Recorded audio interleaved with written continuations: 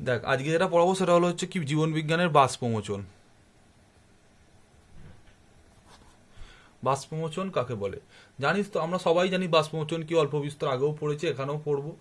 বাষ্পমোচন হলো গাছ তার দেহের অতিরিক্ত জলকে পাতার পত্ররন্ধ্র দিয়ে বাইরে বার করে দেয়। এ তো আমরা জানি, খুব ইজিলি ভাষায় যদি আমি বলি, গাছ কি করে, তার পাতা, গাছের যদি এটা পাতা হয় ধর, গাছের যদি এটা ধর পাতা হয়, তো এই পাতার মধ্যে এরকম ছোট ছোট দেখবে এরকম শিরা থাকে, পাতার মধ্যে এরকম শিরা থাকে। তো এরকম ছোট ছোট ছোট ছোট যে পত্ররন্ধ্র থাকে, ওই পত্ররন্ধ্রর মধ্যে দিয়ে কি করে গাছ তার দেহের অতিরিক্ত জলকে বাইরে বার করে দেয়। তো এই যে অতিরিক্ত জল, এই যে অতিরিক্ত জল দেহের বাইরে বার করে দেয়, এই পদ্ধতিকেই বলে, এই যে পদ্ধতি, এই পদ্ধতির নামটাই কি? এই পদ্ধতির নাম বাষ্পমোচন। এই পদ্ধতির নামই হলো বাষ্পমোচন। বাষ্পমোচন খুবই একটা কমন জিনিস, যেটা কিনা তোরা আগেও পড়ে এসেছিস। তাহলে উদ্ভিদ তার দেহের অতিরিক্ত জল, উদ্ভিদ তার দেহের গৃহীত জলের অতিরিক্ত অংশ ত্যাগ করে দেয়, যে জৈবনিক পদ্ধতিতে ত্যাগ করে তাকেই আমরা বাষ্পমোচন বলে থাকি। ঠিক আছে? জলের 90% ওই বাষ্পমোচনের মধ্যে দিয়ে নির্গত হয়ে যায়। যে এখানে যেমন সংজ্ঞাটা দিয়েছে, যে ভালো করে যদি সংজ্ঞাটা বলে, যে জৈবনিক প্রক্রিয়ায় মূলত উদ্ভিদ তার পাতার মাধ্যমে প্রয়োজনের অতিরিক্ত জলকে বাষ্পাকারে নির্গত করে দেয়। বাষ্পমোচন মানেই কিন্তু বাষ্পের আকারে বেরোবে। ঠিক আছে? তো অতিরিক্ত জল, এই যে অতিরিক্ত জলটা বেরোবে কিসের আকারে? বাষ্পের আকারে। হ্যাঁ, কিসের আকারে বেরোবে? বাষ্পের আকারে, নাম থেকেই বুঝতে পারছিস। তো এই যে অতিরিক্ত জল বাষ্পের আকারে বার করে দিচ্ছে, তাই নামটা হয়েছে বাষ্পমোচন। ঠিক আছে? স্থলজ উদ্ভিদ তার বায়বীয় অংশ দিয়ে বাষ্পমোচন পদ্ধতিতে অতিরিক্ত জল পরিত্যাগ করে দেয়। আর মূল্যম দ্বারা শোধিত জল উদ্ভিদদের জাইলেম বাহিকায় সূক্ষ্ম জলস্তম্ভের আকারে অবস্থান করে। এই কারণে বাষ্পমোচনের সময় পাতা থেকে জল বেরিয়ে নির্গত হলে জলস্তম্ভে একটা টানের সৃষ্টি হয়, একে বাষ্পমোচন টান বলা হয়। তাহলে এখানে বাষ্পমোচন টান জিনিসটা তো এখানে বোঝা গেল। তো বাষ্পমোচন টানটা কি? বাষ্পমোচন, বাষ্পমোচন টান। স্থলজ উদ্ভিদ মানে যেসব উদ্ভিদ স্থলে থাকে, তার বায়বীয় অংশ দিয়ে বাষ্পমোচন পদ্ধতিতে অতিরিক্ত জল পরিত্যাগ করে। অতিরিক্ত জল তার মূল্যম দ্বারা জল নিশ্চয়ই শোধিত করে গাছ, এটা আমরা জানি। তো এই মূল্যম দ্বারা শোধিত জলই কিন্তু উদ্ভিদ তার জাইলেম বাহিকায় সূক্ষ্ম জলস্তম্ভের আকারে অবস্থান করে। জাইলেম ফ্লোমে আগে পড়ে এসেছি। এই কারণে বাষ্পমোচনের সময় পাতা থেকে বাইরে জল নির্গত হয়ে গেলে একটা কি হয়, জলস্তম্ভে একটা টানের সৃষ্টি হয়। মানে আর কি যখন অতিরিক্ত জল বেরিয়ে যাচ্ছে গাছের দেহ থেকে, তখন একটা টান সৃষ্টি হয়, একটা জলের টানের সৃষ্টি হয়, একে বাষ্পমোচন টান বলা হয়। স্বাভাবিক ব্যাপার, তোর দেহে জল ছিল অনেকটা, সেটা বেরিয়ে গেল, তাহলে তার ফলে তোর শরীরে আবার একটা টান থাকবে, টান আসবে জলের। তো ওটাকে আমরা এখানে কি বলছি, বাষ্পমোচনের জন্য যেহেতু টানটা তৈরি হচ্ছে, সেই জন্য আমরা বলছি কি বাষ্পমোচন টান। ঠিক আছে? এর প্রভাবে জল পাতায় পৌঁছায় এবং পত্ররন্ধ্রের মাধ্যমে অতিরিক্ত জল বাষ্পমোচন প্রক্রিয়ায় উদ্ভিদ দেহ থেকে বেরিয়ে যায়। তো এর ফলে কি হয়, ওই বাষ্পমোচন টানের জন্য জলটা কি হয়, জলটা পাতার দিকে উঠে পাতা পত্ররন্ধ্রের কাছে পৌঁছায়, তারপর সেখান থেকে বাইরে নির্গত করে দেয় বাষ্পের আকারে। তো এই গ্রীষ্মকালে পুকুরের জল কমে যায়, পুরোটাই গ্রীষ্মকালে পুকুরের জল কমে যায় বা পুরোটাই শুকিয়ে যায়। যে কোনো জলাশয় থেকে জলের পরিমাণ কমে যাওয়া বা একেবারেই নিশ্চিহ্ন হয়ে যাওয়ার ঘটনাকে মূলত বাষ্পীভবন প্রক্রিয়া বলা হয়। বাষ্পীভবন আর বাষ্পমোচনের মধ্যে তফাৎটা কোথায়, বেসিক পার্থক্যটা কি? বাষ্পমোচন কি এইসবে পড়েছি, যে গাছ তার অতিরিক্ত জলকে বার করে দেয় পাতার মাধ্যমে, পত্ররন্ধ্রের মাধ্যমে, তাকে আমরা কি বলি, বাষ্পমোচন বলি। তো বাষ্পীভবনটা কি তাহলে?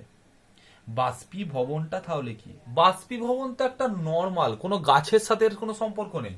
ধর তোর কাছে 1 গ্লাস জল আছে, তুই সেই জলটাকে দুপুরবেলা গ্রীষ্মকালের রোদ্দুরেতে রেখে দিয়ে চলে এলি ছাদেতে।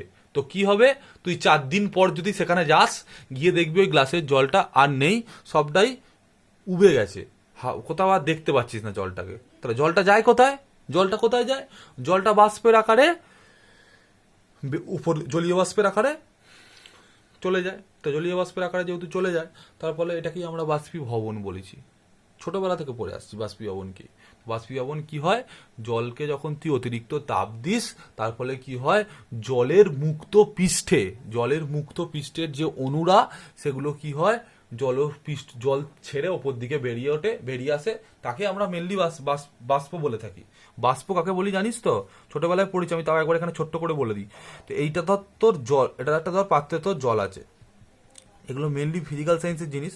তো এখানে কি অসংখ্য জলের অণু থাকে, এই চারিদিকে ভর্তি অসংখ্য জলের অণু থাকে। তুই কি করছিস, এখানে তাপ দিচ্ছিস, এখানে যদি তুই তাপ দিস, এখানে তাপ দিলে কি হবে, এই অণুগুলোর গতিশক্তি বৃদ্ধি পায়। অণুগুলোর গতিশক্তি বৃদ্ধি পাওয়ার ফলে কি হয়, এই যে ওপরের অণুগুলো সেগুলোর গতিশক্তি সব থেকে বেশি হয়। তার ফলে কি হয়, কিছু ক্ষেত্রে যখন গতিশক্তি আরো তাপ দিস তাহলে গতিশক্তি আরো বাড়বে।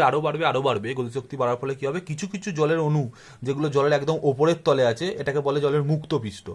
যারা একদম মুক্ত পৃষ্ঠে আছে তারা কি হয়, এরম এই জলের এই জল ছেড়ে ওপর দিকে বেরিয়ে যেতে থাকে, জল ছেড়ে ওই জলকণাগুলো ওপর দিকে উঠে আসে। তো এই যে জলকণাগুলো, একেই আমরা জলীয় বাষ্প বলে থাকি, আর এই ঘটনাটাকে আমরা বাষ্পীভবন বলে থাকি। আর বাষ্পমোচন একদম আলাদা জিনিস। বাষ্পমোচন হচ্ছে উদ্ভিদ তার দেহের অতিরিক্ত জলকে বাইরে বার করে দেয়, সেটা হচ্ছে বাষ্পমোচন। আর বাষ্পীভবন কি, বাষ্পীভবন যে কোনো জায়গায় হতে পারে, যে কোনো ক্ষেত্রে হতে পারে। ওই বাষ্পীভবনের প্রক্রিয়াটা হলো এটা, ঠিক আছে? তো বাষ্পমোচন আর বাষ্পীভবনের পার্থক্যটা দেখবি, পড়বি, ওটা বলার কিছু নেই, বললাম তো এতটা। বাষ্পমোচনের স্থান, উদ্ভিদের বাষ্পমোচন প্রক্রিয়াটি 3টি স্থানের মধ্যে হয়। এবার এই বাষ্পমোচনের স্থানটা বিস্তারিত ভাবে জানবো। একটা হলো হচ্ছে কি পত্ররন্ধ্র, এটা তো বললাম প্রথমেই। তাহলে বাষ্পমোচনের স্থান প্রথম হচ্ছে কি, স্থানের মধ্যে ফার্স্টেই আছে কি না, পত্ররন্ধ্র, ঠিক আছে? তো পত্ররন্ধ্র কি, পাতার অবস্থিত পত্ররন্ধ্র বা স্টোমাটা নামক ছিদ্রপথে উদ্ভিদের মোট বাষ্পমোচিত জলের 80 থেকে 90% জল নির্গত হয়ে থাকে। পত্ররন্ধ্র দিয়ে মেনলি জলটা বেরিয়ে যায় 80 থেকে 90%। 80% থেকে 90% জল কিন্তু এই পত্ররন্ধ্রের মাধ্যমে দেহের বাইরে চলে যায়, ঠিক আছে? তো সমাঙ্গপৃষ্ঠ পাতার ঊর্ধ্ব এবং নিম্ন ত্বকে এবং বিষমপৃষ্ঠ পাতা কেবলমাত্র নিম্ন ত্বকে পত্ররন্ধ্র থাকে, ঠিক আছে? পাতা আমরা ছোটবেলা থেকে পড়ছি, বাদ দিয়ে ওটা। তো প্রতিটি পত্ররন্ধ্রে একটি পত্ররন্ধ্রীয় ছিদ্র থাকে এবং তার দুপাশে দুটি রক্ষী কোষ থাকে। ছবি দেখবি বইয়েতে আছে, বইটা পাশে খুলে কিন্তু পড়বি, ঠিক আছে? আমার কাছে বইয়ের পিডিএফ আছে, আমি সেটা দেখেই তোকে বলছি। তো যাই হোক, পত্ররন্ধ্রে একটি পত্ররন্ধ্রীয় ছিদ্র আছে এবং তার দুই পাশে দুটি রক্ষী কোষ আছে। রক্ষী কোষকে ঘিরে আনুষঙ্গিক কোষ থাকে। পটাশিয়াম আয়ন পত্ররন্ধ্রীয় ছিদ্র খুলতে এবং বন্ধ করতে সাহায্য করে। কি বলছে, প্রতিটা পত্ররন্ধ্রে একটি পত্ররন্ধ্রীয় ছিদ্র থাকে, প্রতিটা পত্ররন্ধ্রে একটি পত্ররন্ধ্রীয় ছিদ্র থাকে এবং তার দুপাশে থাকে রক্ষী কোষ। রক্ষী কোষ নাম শুনেই বুঝতে পারছিস, রক্ষণাবেক্ষণ করে। তো রক্ষী কোষকে ঘিরে আনুষঙ্গিক কোষ থাকে। পটাশিয়াম আয়ন পত্ররন্ধ্রীয় ছিদ্র খুলতে এবং বন্ধ করতে সাহায্য করে। তারপর আছে কিনা কিউটিকল।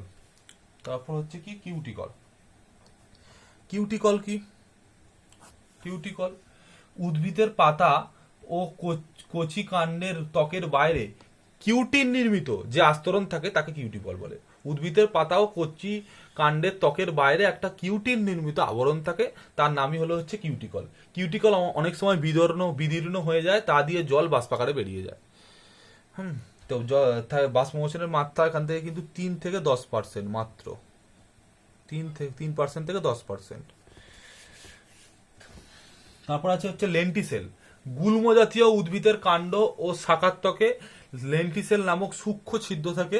লেন্টিসেল মূলত শ্বাসবায়ু হিসাবে অক্সিজেন গ্রহণের কাজ করে, তবে লেন্টিসেলের দ্বারা সামান্য মাত্রায় বাষ্পমোচন হয়।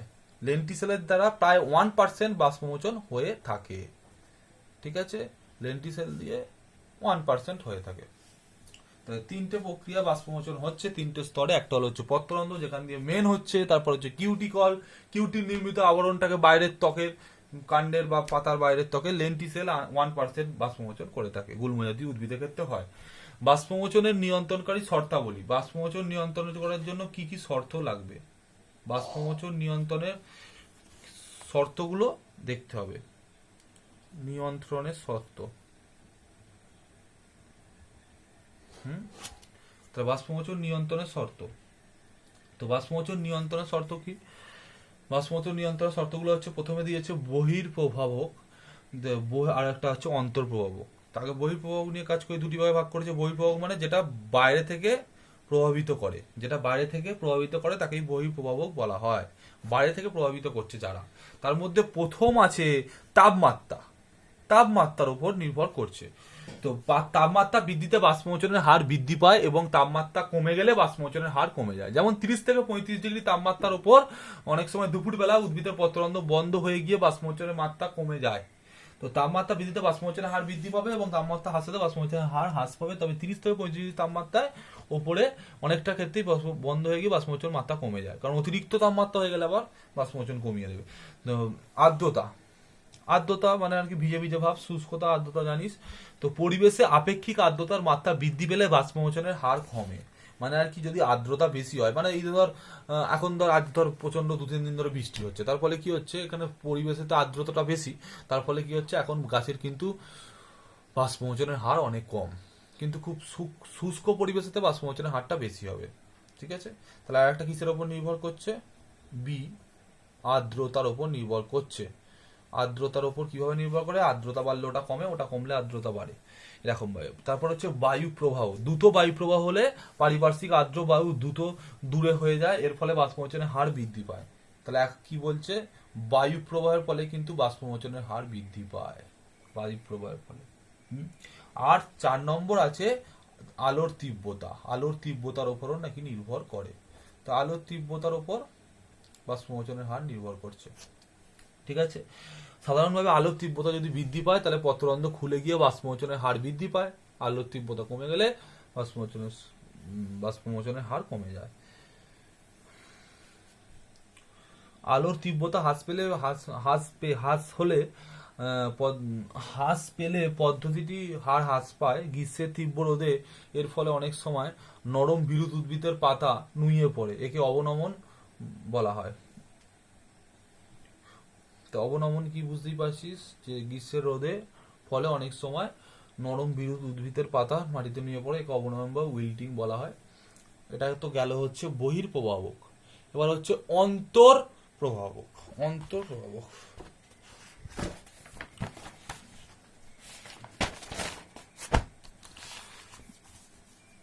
তাহলে বহিঃপ্রভাবের 4টা গেল। এবার হচ্ছে মানে হচ্ছে ভেতর থেকে যারা প্রভাবিত করছে তাদের অন্তর্প্রভাবক বলা হয়। অন্তর্প্রভাবকের প্রথম ভাগ হচ্ছে পাতার গঠন। পাতার যে গঠন তার উপর নির্ভর করছে। পত্র ফলকের আকার বড় হলে তার সামগ্রিক তলের ক্ষেত্রফল বেশি হয়। অবশ্যই তাই, যদি পত্র ফলকটা এরকম পাতা হতে পারে, আবার এত বড় পাতাও হতে পারে। যদি এরকম পাতাটা বেশি বড় হয় তার ফলে কি হবে, তোর পাতার আকারটা তো বেশি, পাতার আকার বেশি হলে কি হবে, তাহলে পত্ররন্ধ্র সংখ্যাটাও অনেকটা পরিমাণে বেশি। আর পত্ররন্ধ্রের সংখ্যা যেহেতু অনেক পরিমাণে বেশি, তার ফলে কি হবে, বাষ্পমোচনের হার বৃদ্ধি পাবে। স্বাভাবিক ব্যাপার, সেটাই এখানে বলেছে। তারপর হচ্ছে কিউটিকল। 2 নম্বর হচ্ছে কি কিউটিকল। কিউটিকলের উপরও নির্ভর করছে। কিউটিকল কি তো বললাম, হ্যাঁ, কাইটিন নির্মিত একটা আস্তরণ। পাতার এপিডার্মিস বা বহিঃত্বক, ডার্মিস কথার অর্থ হলো হচ্ছে ত্বক, এপি মানে হচ্ছে বাইরের দিকে, তাহলে পাতার এপিডার্মিস বা বহিঃত্বক থেকে কিউটিন নামক মোম জাতীয় পদার্থের নিঃসরণ ঘটে। ওই কিউটিনই কিন্তু এই কিউটিকলকে তৈরি করে, মোমজাতীয়, যা পাতার ওপরে জল নিরোধক আস্তরণ সৃষ্টি করে। ওই জন্য দেখবি পাতার ওপর মানে ওই কাণ্ডের ওপর বা পাতার ওপর জল থাকলে অনেক ক্ষেত্রে দেখবি যেন মনে হয় জলটা ওপরই আছে, যেন মনে হচ্ছে কিন্তু জলটা লাগেনি, কারণ একটা মোম তেলা তেলা ভাব থাকে। তো ওটা ওই কিউটিকলের জন্যই হয়। ওই যে তোর কিউটিন বেরোয় মোম জাতীয় পদার্থ, ওর জন্যই হয়। তো একে কিউটিকল বলে। তো পাতার কিউটিকলের আস্তরণ যত পুরু হয় বাষ্পমোচনের হার তত কম হয়ে যায়। যদি কাণ্ডের বা পাতার ওপরে একটা মোটা আস্তরণ থাকে তাহলে কি হবে, বাষ্পমোচনের হার অতি অবশ্যই কমবে। আর আস্তরণটা যত কম হবে কি হবে, আস্তরণটা মানে কি, যদি একটা পত্ররন্ধ্রের ওপর একটা শক্ত জিনিস দিয়ে ঢেকে দিস তো কি হবে, জল বাষ্পমোচন হতে দেরি হবে, জল বেরোতে সময় লাগবে, হবে না, আস্তে আস্তে হবে, সেইভাবে বেরোতে পারবে না।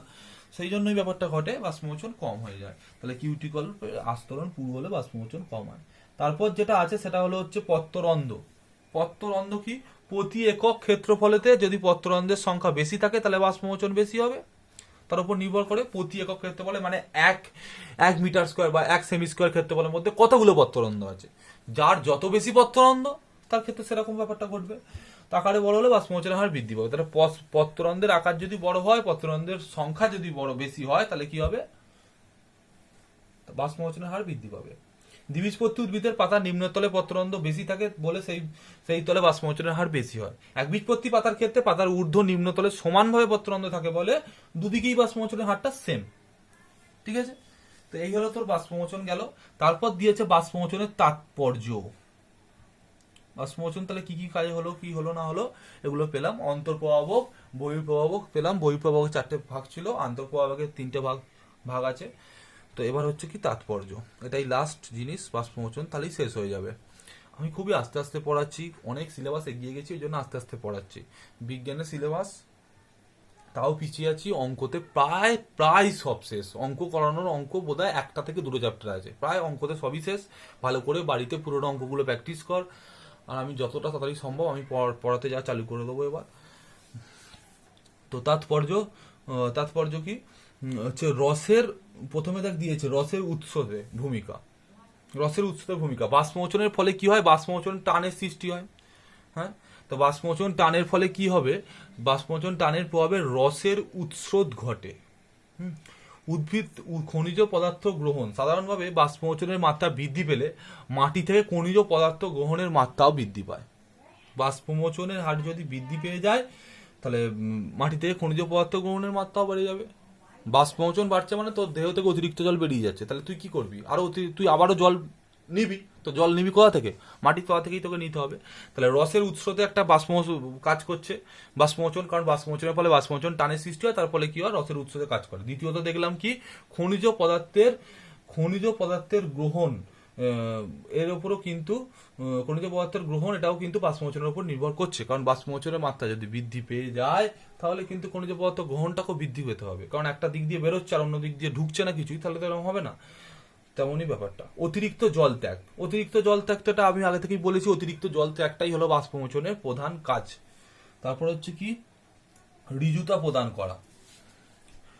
বাষ্পমোচন উদ্ভিদের রসস্ফীতি নিয়ন্ত্রণ এবং উদ্ভিদকে রজু করতে থাকতে সাহায্য করে। পাতার তাপমাত্রা নিয়ন্ত্রণ করতে, গ্রীষ্মের দিন পাতায় তাপমাত্রা অতিরিক্ত বৃদ্ধি পেলে উদ্ভিদের মৃত্যু ঘটতে পারে। তা বাষ্পমোচনের সময় জল পাতা থেকে লীন তাপ গ্রহণ করে, তার ফলে কি হয়, পাতাটা শীতল হয়ে যায়। তো এটাও কিন্তু বাষ্পমোচন নিয়ন্ত্রণ করে। তারপর হচ্ছে জলের অপচয়।